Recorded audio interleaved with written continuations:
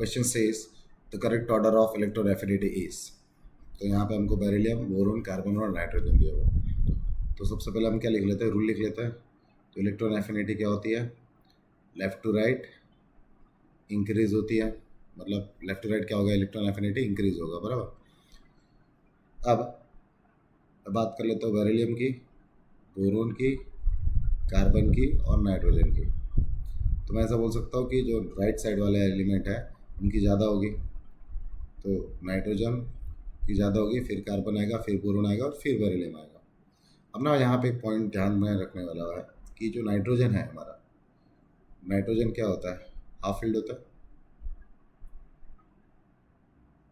उसका कॉन्फ़िगरेशन क्या होता है, 2s2 2p3। तो ये क्या दिख रहा है हमको, हाफ फील्ड दिख रहा है। और जब हाफ फील्ड ऑर्बिटल होगी तो वो इलेक्ट्रॉन लेगा क्यों किसी से, अगर वो किसी से इलेक्ट्रॉन थोड़ा भी लेगा या फिर इलेक्ट्रॉन ले लिया तो उसको क्या होगा, स्टेबिलिटी लूज़ करनी पड़ेगी। तो वो अपनी स्टेबिलिटी क्यों लूज़ करेगा इलेक्ट्रॉन लेके। तो यहाँ पर नाइट्रोजन की एफिनिटी क्या होती है, रिलेटिवली कम बाकी सबसे, इसलिए ट्रेंड क्या हो जाएगा, यहाँ पे उल्टा हो जाएगा।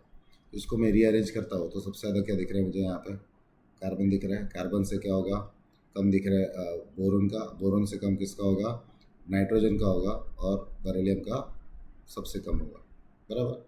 अब यहाँ पे बेरिलियम सबसे कम क्यों होगा, सिंपल सी बात है ना, लेफ्ट साइड पे याद करो, लेफ्ट में इलेक्ट्रॉन एफिनिटी कम होता है, राइट पे इलेक्ट्रॉन एफिनिटी सबसे ज़्यादा होता है। क्लियर हो गया।